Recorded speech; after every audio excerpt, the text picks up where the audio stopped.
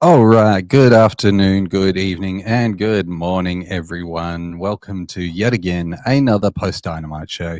How are we, my friends? I'm doing all right, guys. How you guys doing tonight? Living the dream. You know, we had enough people pay for me to be here, so enjoy it while you Yep. can. The pay has cleared. That's fantastic. Yep. Yep. We've had a few comments already. We've got Courtney Holland in the chat, Anastasia, and we've got our lone Twitch soldier, Alex, over there in the chat as well. I'm just say Alex hasn't been over on my side and Twitch in a while, and if he hasn't been commenting. So I'm hurt. I'm just Yep. There you go. Jake in the chat. Jake's not in Discords anymore, but he's hanging out in the live streams. You love to see it. That's good to see. Yeah, it's good to see. Good to see you, buddy. It is good to see. So, how are we doing, fellas? Whew, tired. I gotta get some early sleep today, so I'm dreading it because I've been having a hard time getting my sleep schedule back. But we'll get through it. Yep. What about you, Stephen? How are you doing? Well, my hot water in my house ran out the other day, and I got a new hot water tank installed. Everything's back to normal. So other than that, we're all doing all right. Fair enough. Courtney said she's shook, and I'm actually shook because Lily's shown up for the first time in a long time. Yeah. So, showing some love. Yeah, that's because you told her to, didn't you, ABJ? Yeah, I said if you're dead to him. Yeah. All good. What did we think of Dynamite? Let's go before we watched it. Let's go just on the card alone. What did we think of what it was going to be like and what it looked like as on paper? I thought on card wise, I thought the show itself was okay idea. I think there was a few matches that I was super excited for, and some stuff that I was like hit or miss on. But I was expecting, I guess, like a mid card show. The AEW is a little in my hot seat right now when it comes to how they've been booking weekly shows. Fair enough. What about you, Stephen?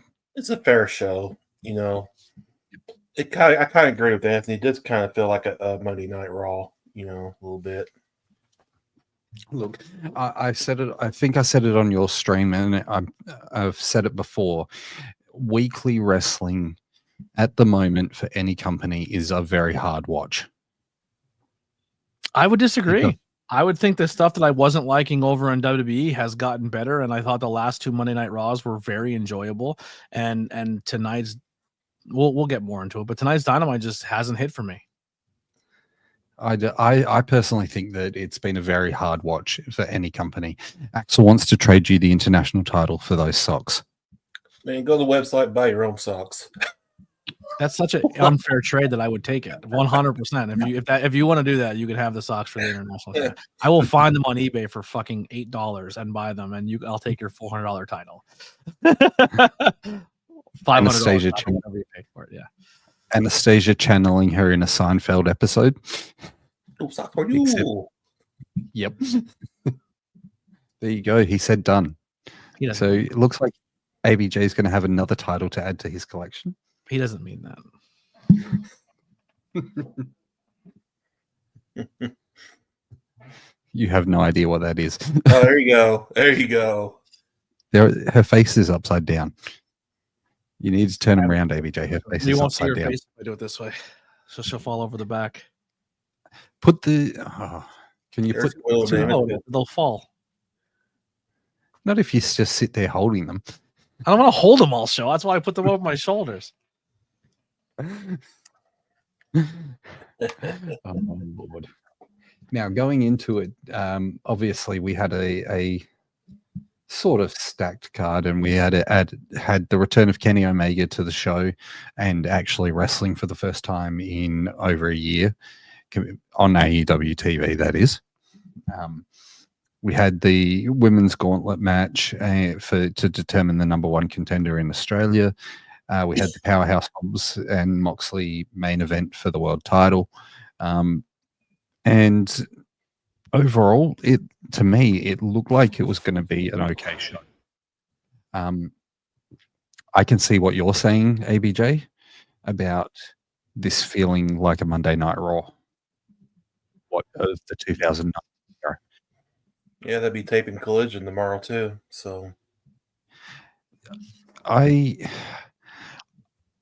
as much as I love AEW, they are starting to fall into that trap of what WWE used to do, and it's heartbreaking. Really, it's heartbreaking to see. Yeah. Don't get me wrong, we're still getting some banger matches from them. Just they need to figure out. Well, you're talking about banger matches. Let's just jump right into the first match of the night. We get Kenny Omega, the best belt machine, versus Brian Cage. Was a fine match, but like if it should have had more. I felt like it was very underwhelming for how much both of them put into work when it came to promoting it. I felt like they gave them like. It was very under. You're not wrong. It was not a oh shit, this is pay-per-view worthy match. Yeah. It's a good match. Though. It's a good match, but I agree though it could have done more. Yeah, it just didn't hit the same way for me. Yeah, it was definitely not. This feels like it should be on a pay-per-view, and that's what I'm. I don't think it was a time. Like I don't put it on the talent. I think the talent were given, 10 to 15. They took the 15 and they did everything they could in those 15 minutes. But it's one of those matches where Kenny doesn't start going until after the 15-minute mark. You know what I mean? Like, and to make Kenny matches special, you got to give him like 20, 25. And 100%. And I know it's his first match back, and I know he has ring rust, but then also don't hype up Brian Cage and say this is a big moment, and then give them 10 to 12, and it ends the way everyone kind of expected at the end, with outside interference and Will Ospreay making the save. Like it kind of seemed like you've seen it coming a mile away. And there was no really surprise to you. Like, it was a fine match. Kenny's amazing. Brian Cage is amazing. The interference was almost guaranteed. Ospreay running down was almost guaranteed. The only swerve or surprise is Takeshita and Kenny square off. So does Kenny look like he's going to go for that belt now, or is Takeshita the next person on his radar? He goes to him before he goes to Okada. Like, I don't know. I don't know what the filler spot is there, but that's the only thing that maybe built a story in that aspect. Yeah. I think we're building a tag team match with Ospreay and Kenny versus Takeshita and or Takeshita and Fletcher, or either that or Cage and Archer, one of the two. I don't mind Kenny. I don't mind Kenny and Ospreay being a tag team. I think they'd be very exciting. I think they're people who could be tag team champions. It's definitely Fletcher and Takeshita. Yeah, it's definitely those two. Good evening, C. Henry. Welcome to the chat. Thank you for joining us as always. Courtney on the subscribe and like button. Thank you very much there, Courtney. Yeah, we appreciate you. I thought, like you, it was a good match. Just the end was predictable. Yeah, very much so. Yeah. What did we go to next? We went to MVP at a bar where he exchanges his boots for a drink. Oh no, he gets his boots back. Oh, yeah, they had his boots behind the bar. They dropped a drink at his boots. They're like, "Hey, he forgot these here last time. Here's your boots back." Yeah, that's weird.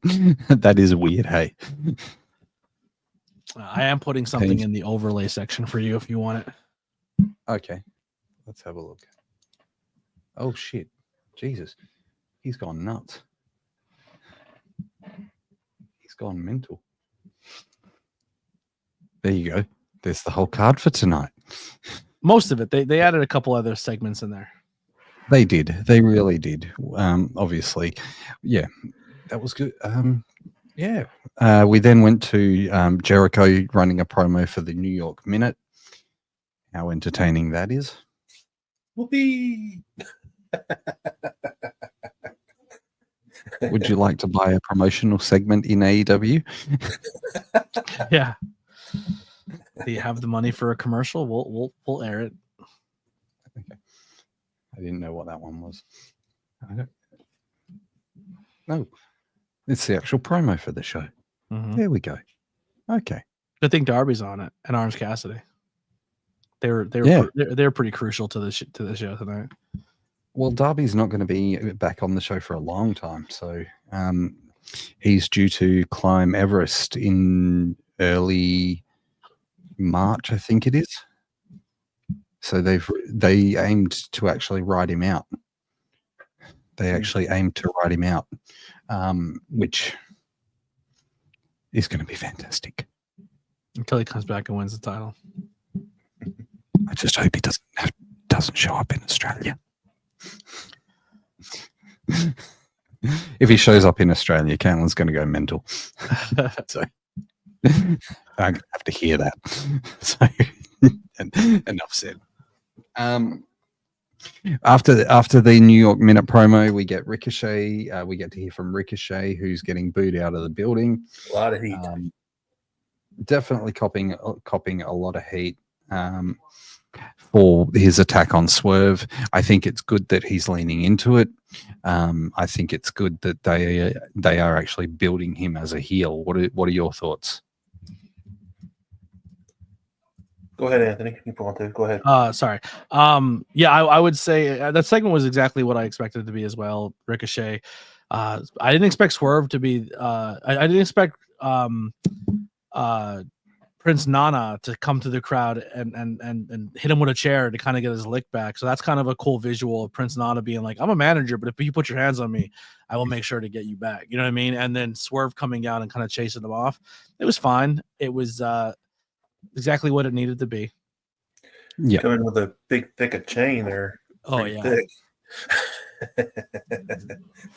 my sleep medicine's kicking in, Uh-oh.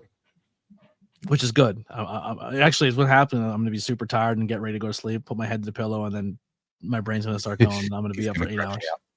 Yeah, he's going to crash out.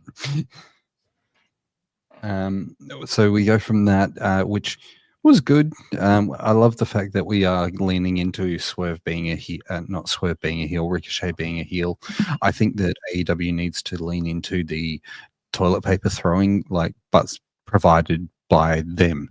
Like they need to give the first 2 rows toilet paper to throw in the ring at Ricochet. you got to pick and choose. You can't do it all the time. If you do it all the time, it becomes too much. Yeah.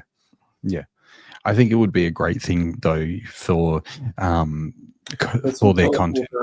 Put some toilet paper with a picture of Ricochet on the shop. Yeah.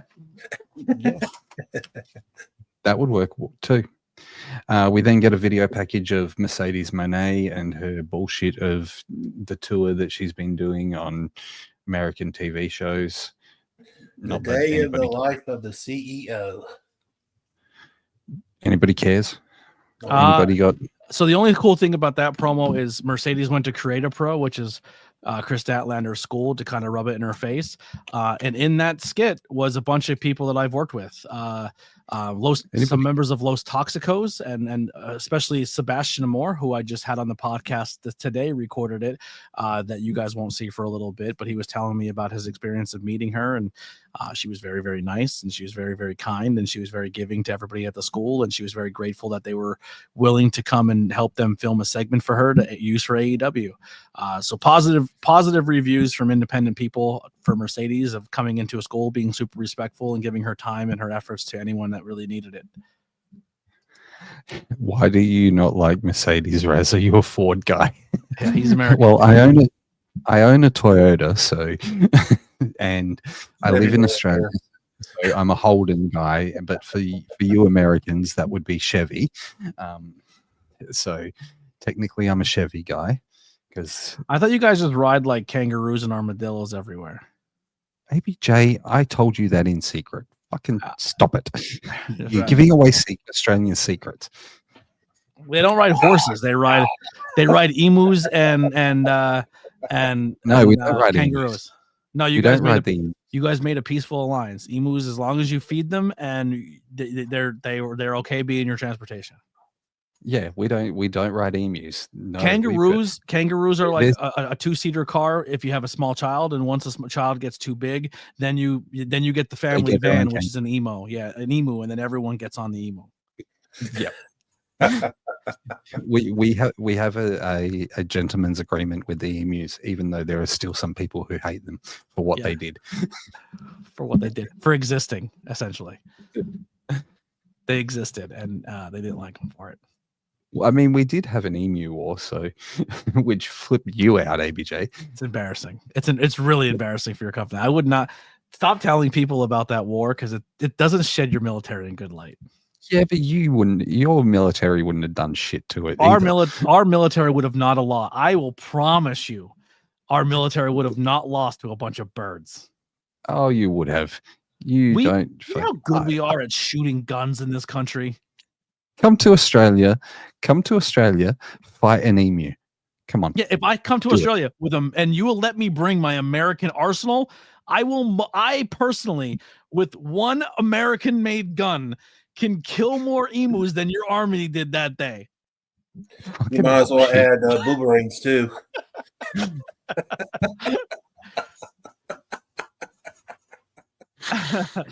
I would mow down every bird in that country solo if you gave me a military. If you give me American military. Fucking good luck. Good luck. If that happened in our country, if our general said, "Hey, head over to that field. There's 2,000 emus. They're destroying everything. 20,000. 20,000 of those things. Go take a couple out, herd them out." You know what we do? That's how deer are in our area. Deer get overpopulated, and then we give licenses out to people to go out in the woods and kill deer, and then deer become less popular. 20,000. I don't think there's 20,000 fucking deer coming. Probably there's probably like 10. You know how big hunting is in this area, and you're allowed to kill 5. I think it's 4 to 5 deer a season between hundreds of thousands of people who probably hunt in our state, and you're allowed 5 deer per person. We have a lot of deer. And we're foods. 8. Lily just yelled, "It's 8 deer per season." So we would take that emu problem out like that. We would get a bunch of rednecks, give them rifles, and say, "You can go hunt them and eat them," and they'd be like, "See you later." You think in out there? You think in 1932 that your military would have handled that? Oh, 100%. Yeah, bullshit. 100%. No doubt in my mind. If that was 1932 and we would have been embarrassed by emus like you guys have, this is not AEW related. Emus would be extinct because we would be so embarrassed that we could not even let that country cease, that creature cease to exist. You'd be extinct. America would be extinct. They'd be like, "What's an emu?" And emus wouldn't even be on the history books. They would be, because in case someone read about it or knew someone or told somebody, they would come back and like, "Yo, honestly, we lost bad. These emus somehow beat us." The military would be like, "All right, cool," and they would kill all of those people so they never lived to tell the story. They would make sure that no one ever knew that our military lost to birds, and then we would go make them extinct. That's how our country would handle that. No, you wouldn't. You wish. You wish, ABJ. No, you don't know our country very well. That's exactly how our country would have handled that. They don't handle defeat and loss very well, and if they do, they rewrite the history books. Are you saying that they would have been Karens? Oh no, not even Karens. They would have turned into white colonizers, and they would have eliminated a group of things that got the better of them. They'd have been like, "Yo, these birds are never going to exist again. No one's even going to know what an emu is." And on that note, we've been cancelled. Thank you very much. That's not canceled. That's history. That's facts. Let's see those commercials on TV. Emu and Doug. Yeah, they'd be dead. Emus, they'd be like, "What the hell was an emu?" Fucking hell. How did we get onto this? You're bragging that your country's military got dusted by a bunch of giant chickens. ABJ, I told you at the start of this show, don't take us on a fucking This was tangent. your fault. This was your fault. This was all on you. Hey. Stop telling people your country lost to birds. It's not a good look. Emu and ostrich are 2 different birds. Very similar in look, but 2 different birds. Yeah, Google you know how ostriches are pretty well maintained in our country. Ostriches know their fucking role. They didn't get out of hand. Yeah. Emus are like cracked out ostriches.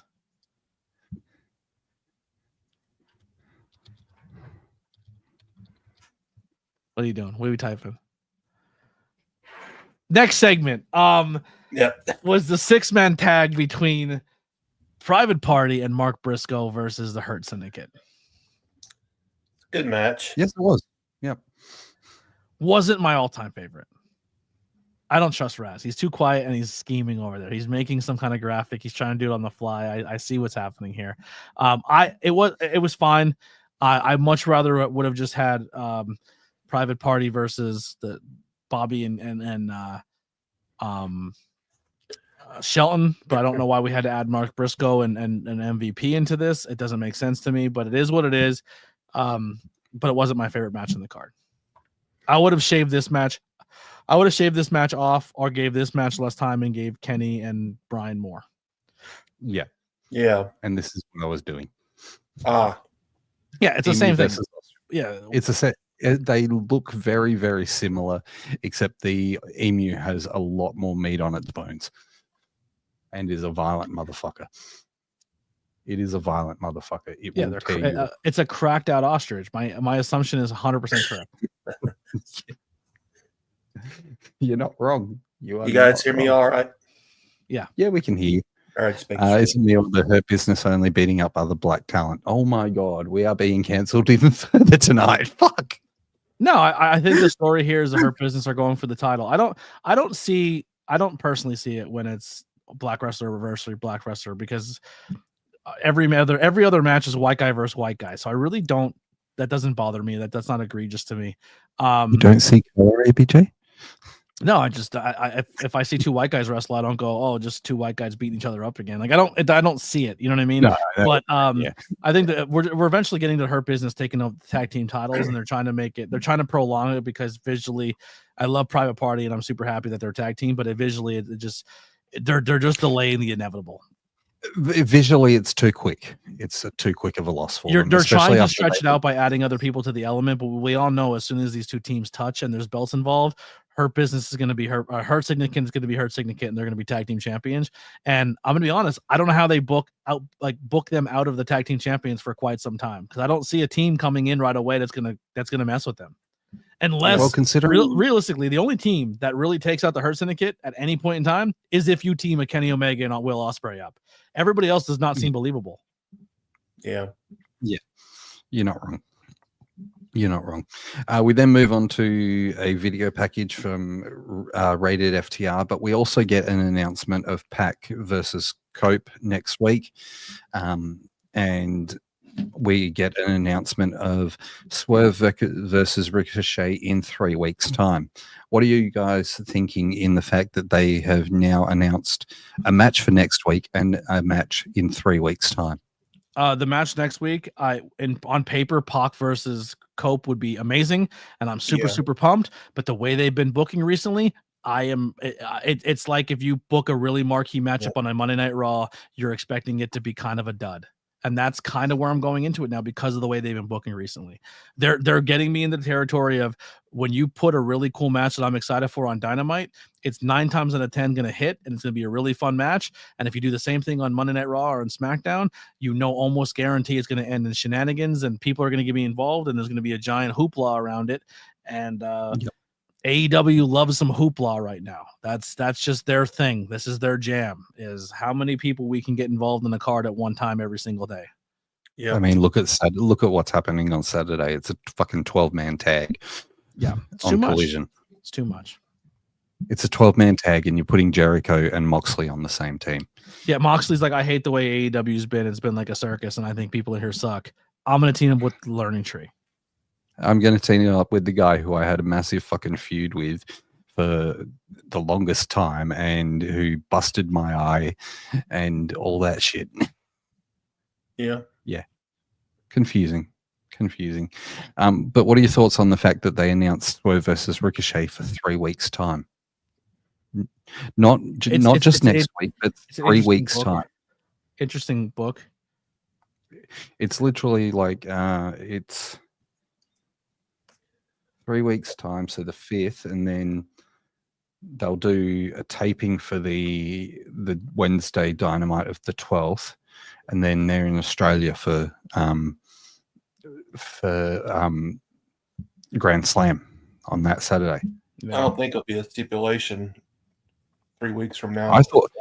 I thought we might get that match saved for Grand Slam. I thought too. Yeah. But clearly not. We're clearly getting that in 3 weeks. We then move on to Jeff Jarrett, and in the longest segment in this show tonight, with his promo battle against MJF. Thoughts? Yeah, some people in my chat were saying this promo battle was too long. I didn't hate it. I thought it told a story. It could have been a little long-winded, but I think exactly what it wants. This is a matchup I'm actually really low-key excited for. I think this is a storyline that I there's no really outside interference. No one really is going to be involved with it. It's just going to be a legend of his time versus a modern day soon-to-be legend going at it. That I think it's one of those things where, hey, they were on the card at the same time and we never got them to touch. Let's get that done before we lose that. We lose that opportunity and we lose that moment. Yeah, I agree. Jabbing at each other was awesome, though. There was a lot of low-hanging fruit that went. Yeah, and I think Jeff Jarrett handled that properly. He's like, "Oh, congratulations, you told the same joke everybody else says. What next? You're a one-hit wonder. You can't. You go for the low-hanging fruit." Like, I thought Jeff Jarrett handled that promo very well. Mm-hmm.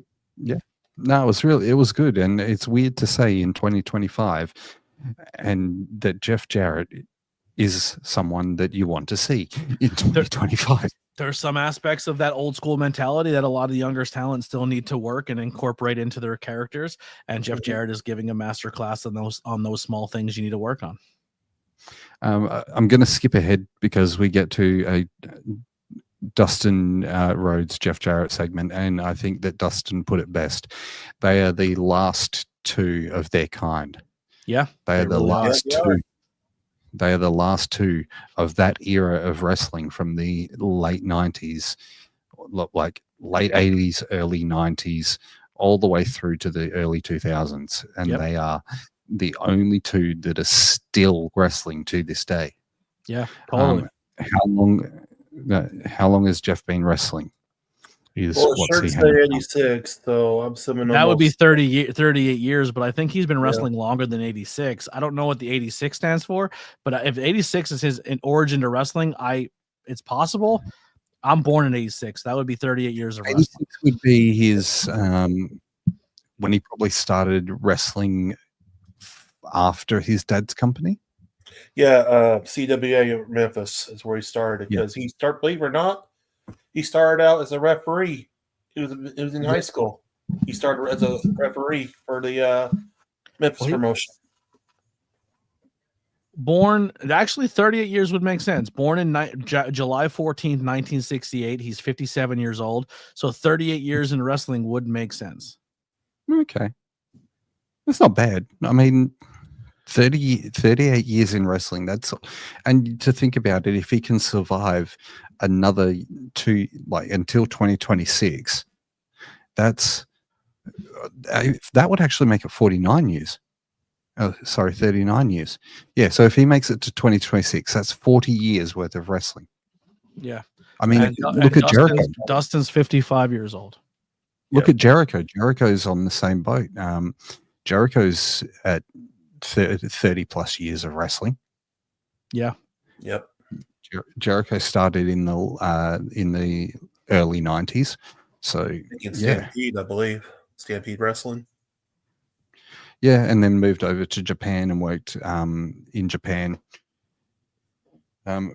It's not that hard to be better than Flair. Jeff Jarrett is a lot younger than Flair. Jeff Jarrett is a lot more in shape than Flair. Jeff Jarrett doesn't look like he's going to have a massive stroke when he's in the fucking ring or just walking down to the ring. So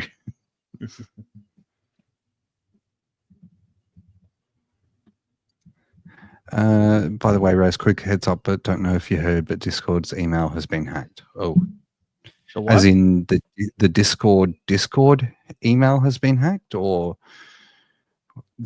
what? Your Discord or my Discord?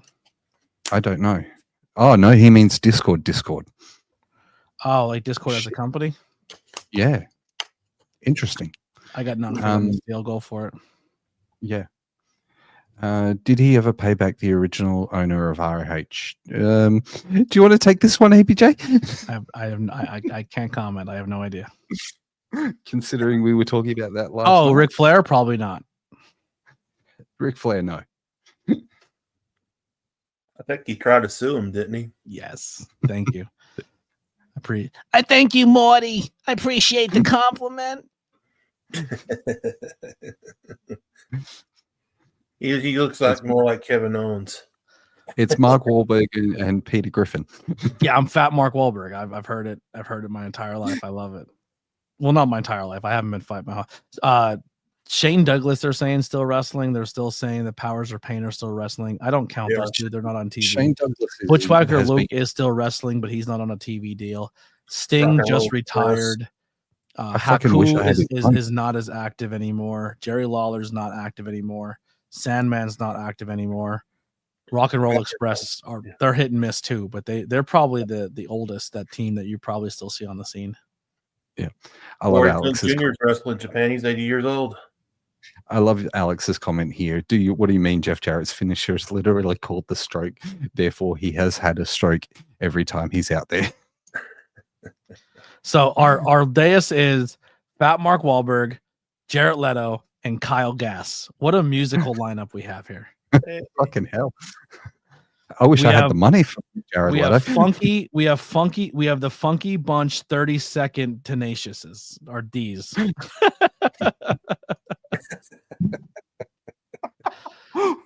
The Funky Tenacious Mars Bunch. That's our team name. Oh shit. If he shaved his beard, he would look like a completely different singer.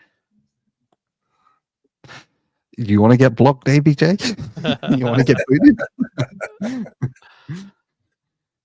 Steve Swang Bickforth is killing me for some reason.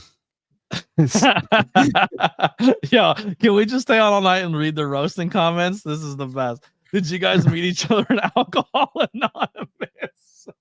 Yeah, we look like three guys that's where we met. It's just a habit. It's a habit. I have to rock back and forth every now and then. It's just a habit. Yeah, he has a shake. It's the booze we've been drinking our whole lives. We met at AA. That is. And I'm not really Australian. It's just a fake accent that I put on. That's so fucking funny. Did we meet at Alcohol Anonymous? I love that guy. Go subscribe to my channel. I want you around more often. By the way, in order to be better than Ric Flair, all you need is retire and stick to your retirement, and then you've already won. Oh, good. So good. Now you're officially no longer the loner Twitch here, Alex. You got two more added on. No, it's crazy. Yeah, it's crazy. We're blowing up tonight. Where were we? We're at Christian versus Hook. Yeah, that's right. Yeah, we were at Christian versus Hook. I think it was good that we got Hook getting a bit of a longer match. I hate this match. I hated this match. This match was boring as fuck. I don't get Hook as a talent. Nothing about that match looked like Hook did belong to be there. I don't get him. I don't understand the hype. I didn't get the hype. I didn't understand him as a talent when he was first put over and why people hyped him. But as I said to you in your chat, it was the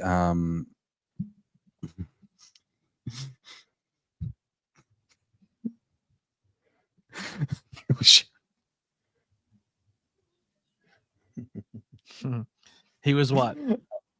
I didn't get it was the whole Justin Bieber fucking thing. The pretty boy syndrome. That's what got Hook.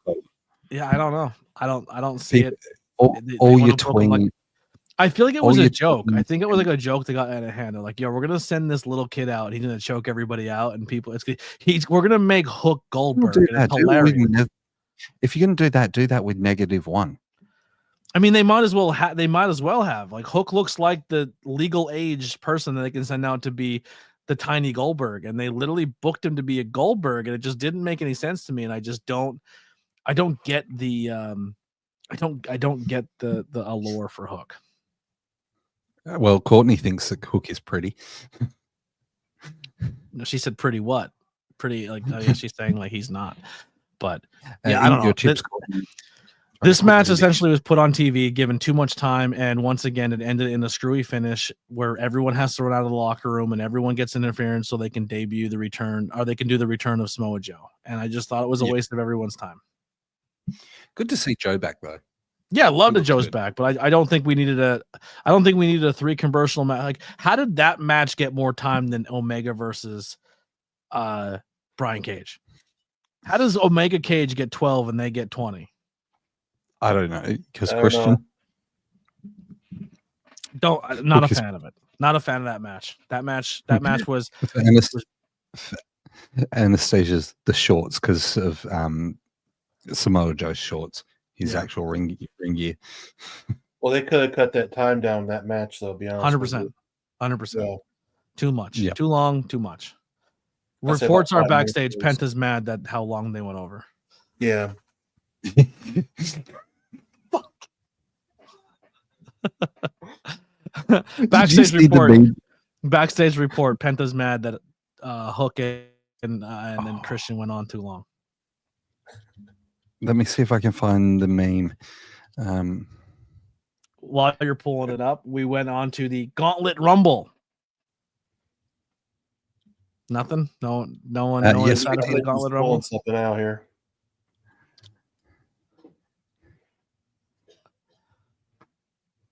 All right. Yeah, a lot of people watching, Raz. It's a dead air. We're killing it. I look like Bray Wyatt. Uh-oh. Okay, so we had the I don't know if women's that's a joke. gauntlet. That's a joke, Lane. You look like hell, Steven, I think. You look like a dead body. I don't know what that means. I don't know either. I can't find the meme, but it was basically saying that Ray Phoenix went to Jack Perry's house and started a fight just to get fired from AEW. Just in Penta and Dragon Lee got into a physical altercation during AEW. How long it went? They had to be broken up by Jacob Fatu of all people. Yeah, like everyone, like no way that story makes sense, but somehow people still buy it. How does it? How does a match go over and everyone's mad and your show ended a half hour early?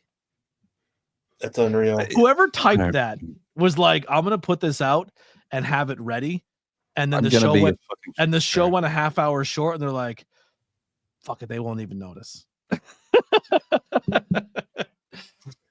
Oh, see, Alex knows. He was backstage.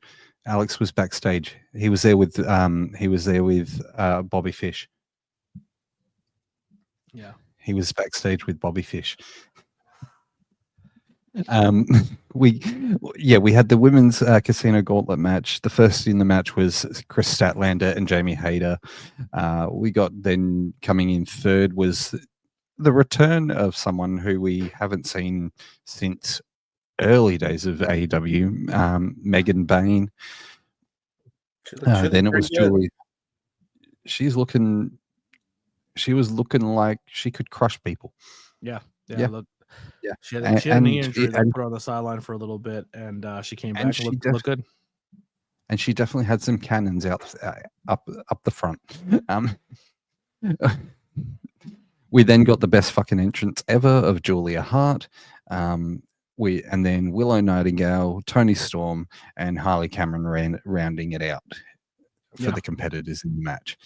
You can tell they had to hurry that match though for the main event though. They kind of rushed that a little bit. Yes, Toni Storm's going to get the win here off of Julia Hart missing somebody. Toni capitalized on it. She looks super shocked. Mariah May loves the fact she's wrestling a psychotic, brain dead Toni Storm, I guess, because she was all about it. And I think she thinks Toni Storm's weak because she's not mentally there. Mm-hmm. And as soon as Toni Storm got to the top of the wrap, they went right to commercial and said, "Get ready for the main event." Like from this moment on, your show felt rushed. Yeah. Time constraints. They're going to complain. Penta's going to complain. Penta and Phoenix are going to complain. Yeah. Well, Penta, according to the reports, that Penta wanted a chicken sandwich, and they cut to a Chick-fil-A commercial. So maybe that was the way of calming him down for being upset. Yeah. There you go. Main event. They did. Yep. Powerhouse Hobbs versus John Moxley for the briefcase. So leading up to this match, if I told you Powerhouse Hobbs and John Moxley was wrestling, would you think that match is going to end or be clean at all, the way the Death Riders have been all week long and for months and months and months and months? Fuck no. So going into that match, you know that match is going to be the match where there's going to be outside interference, right? And that's going to be a big dictation of how the match goes. Unless they're full swerve on you. Booking is, hey, don't do too many of the same moves throughout the show because you don't want the crowd to keep seeing the same thing over and over and over again. Your show should flow better. Your show should do something different each match. So let's run through it again. Kenny and Cage. Did that match end with weird interference and outside people and a whole bunch of people running to the ring and getting involved? Yes. That's how we start our night. Ricochet promo. Did that promo end with people have to getting involved and people running out of the back and people have to be separated? Yes. Back-to-back chaos spots. Nothing in the six-man tag. We're safe there. Jeff Jarrett comes out. Referees have to come and pull everybody apart. There's chaos. There's a whole bunch of stuff. It breaks down. It gets crazy. Yep. Christian versus Hook. Once again, everybody gets involved. There's we're up to 5 now. They get involved. Everyone has to run out. There's this. Samoa Joe makes a return. That's how that ends.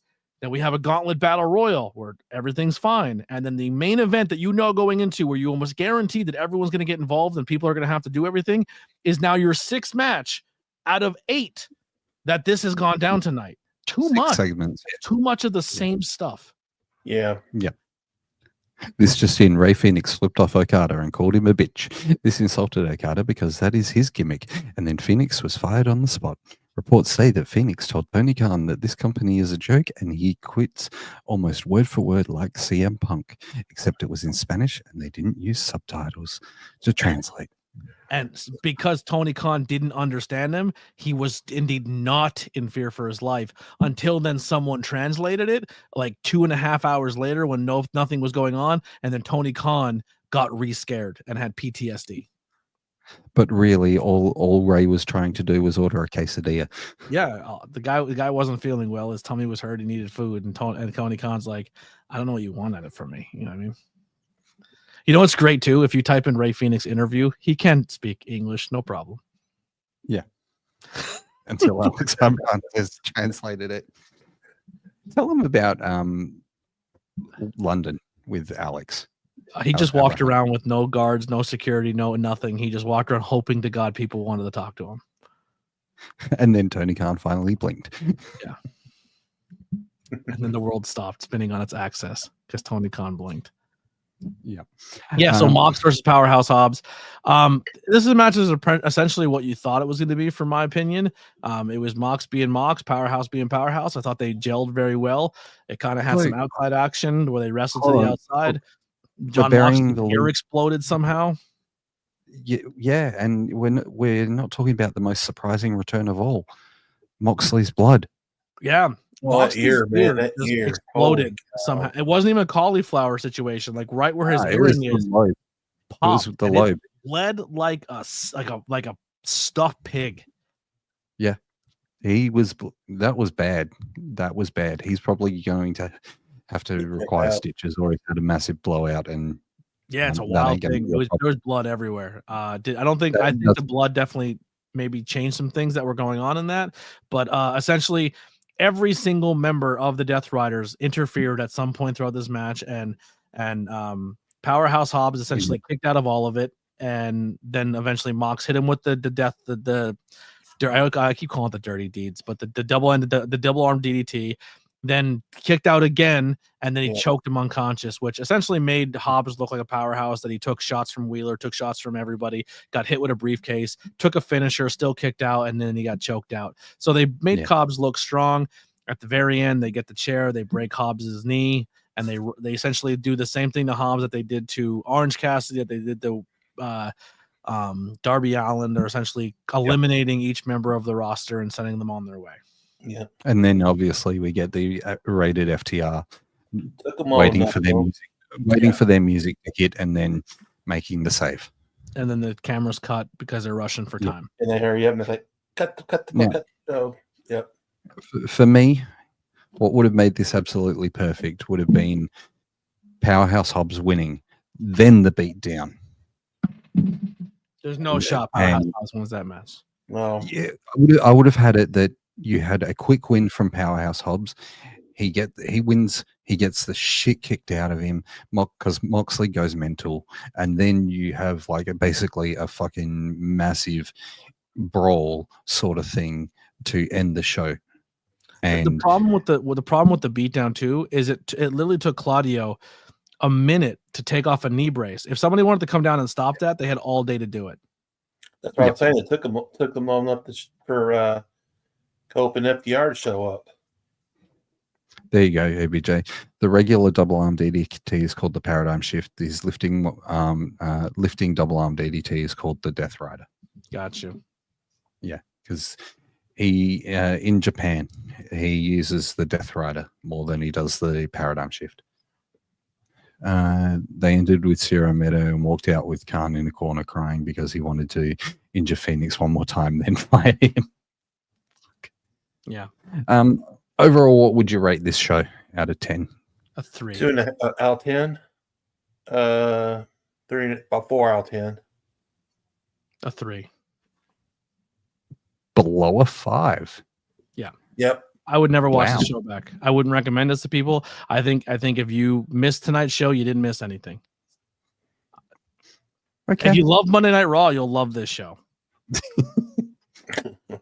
I think that we had some good action. I think that it got ruined by, as you said, the segments of the constant interference, and this is what we were calling WWE out for previously. Yeah. I did not like that. I can agree that it was. I would at least say a 3.5. Okay, I'll give you a half because Megan Bain showed up, and Julia's entrance. Julia's entrance is fucking amazing.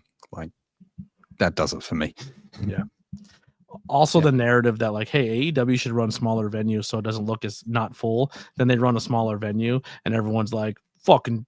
Look at them, ha ha ha! Look at them running these little banquet halls. It's like, what do you want? Like, what are we doing here? What one's or the other? You know? It's 34 out of 5. Yeah, but hey, listen. I'll let you guys, if you guys want to keep conversations going and chat with everybody, you don't have to end the stream because of me. Keep your chat going. People are having fun. I'm gonna cut out though. I have to get some sleep. I do love you guys. Thank you so much for having me. But I would definitely keep the conversation going. I think before you go, ABJ, I do want to bring up one thing that I've discussed with Stephen and you as well. Oh, yeah.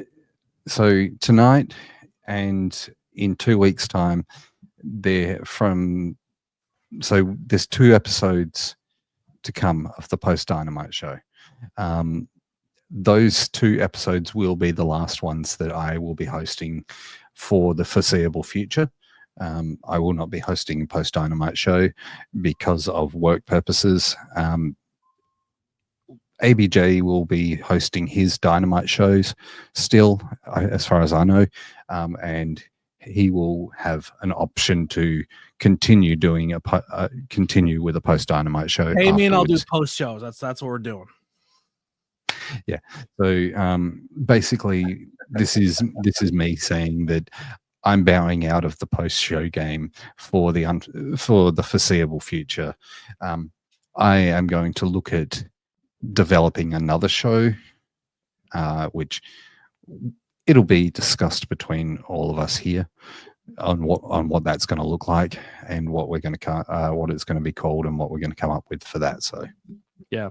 No, I think that's it sucks. You know, I'm in the same boat. You have to make adjustments according to life, and do what you got to do. But you know what I mean. It sucks, but that's the thing about being a content creator, being creative. You know, the post show maybe goes away because you have to change things with your life.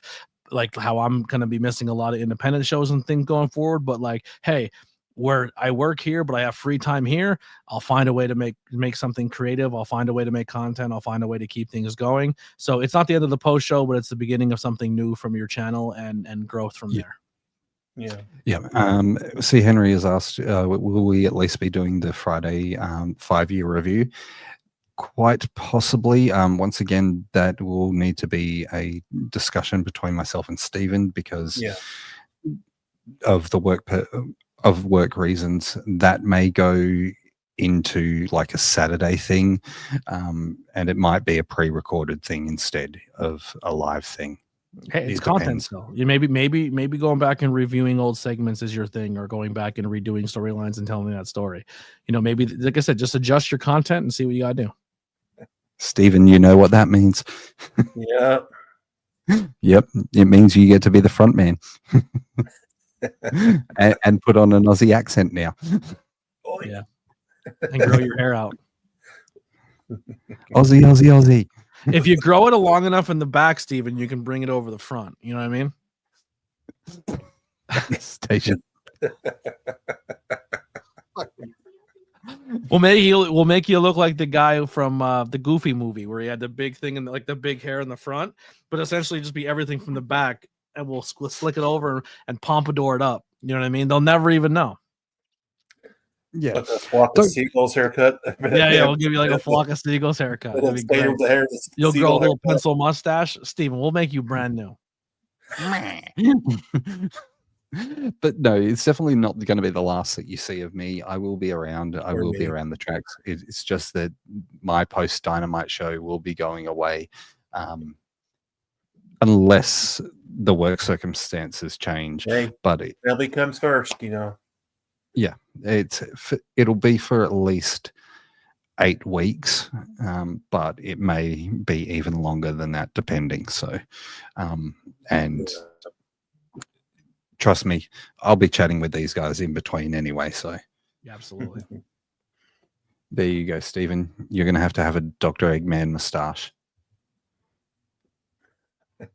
And then Anastasia. Then Anastasia mustache your question.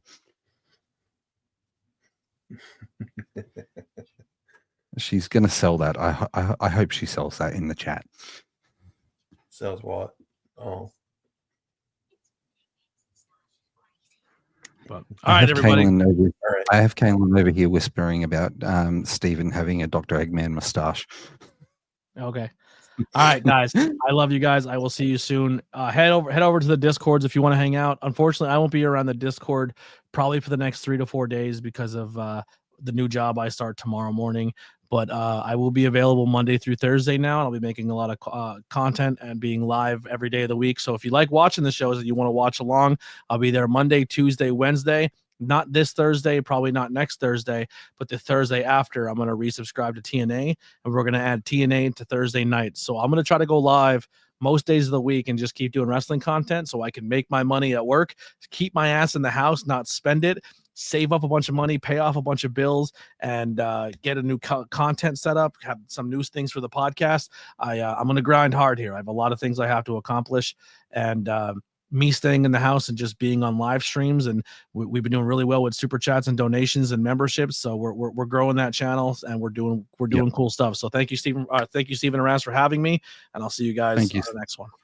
All right, buddy. Thank you, ABT. We're probably going to head out of here very shortly anyway.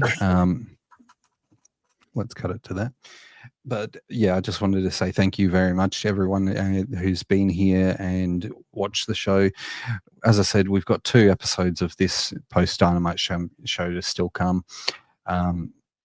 Let's try and make those 2 a really big one. Hopefully AEW does the same thing and makes it a big one as well. So yeah. But you will definitely be seeing more content. You won't be seeing this, but you will see other stuff from me, definitely. Hell, you never know. Stephen might find someone to pull in with him and do it by himself. Maybe maybe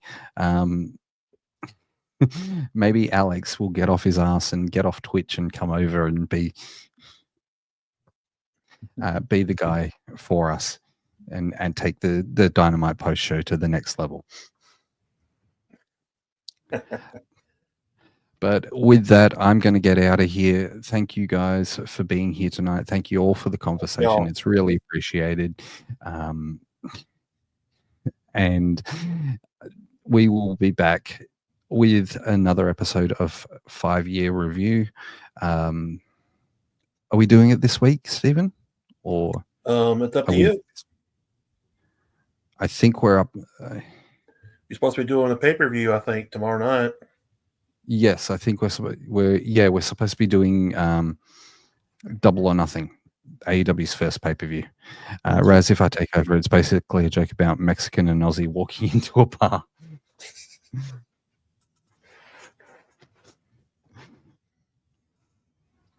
But yeah, we'll keep an eye on the channel. You'll see if we will be back for the 5-year review with Double or Nothing, and we will also be back next week with the post Dynamite show. Thank you very much, everyone, for being here. Thank you for all the comments. Thank you for all the likes and engagement. Thank you for the trolls for trying to troll us. It was fucking fantastic. I've been Raz. ABJ's been ABJ, and that's been Steven. And bye, guys.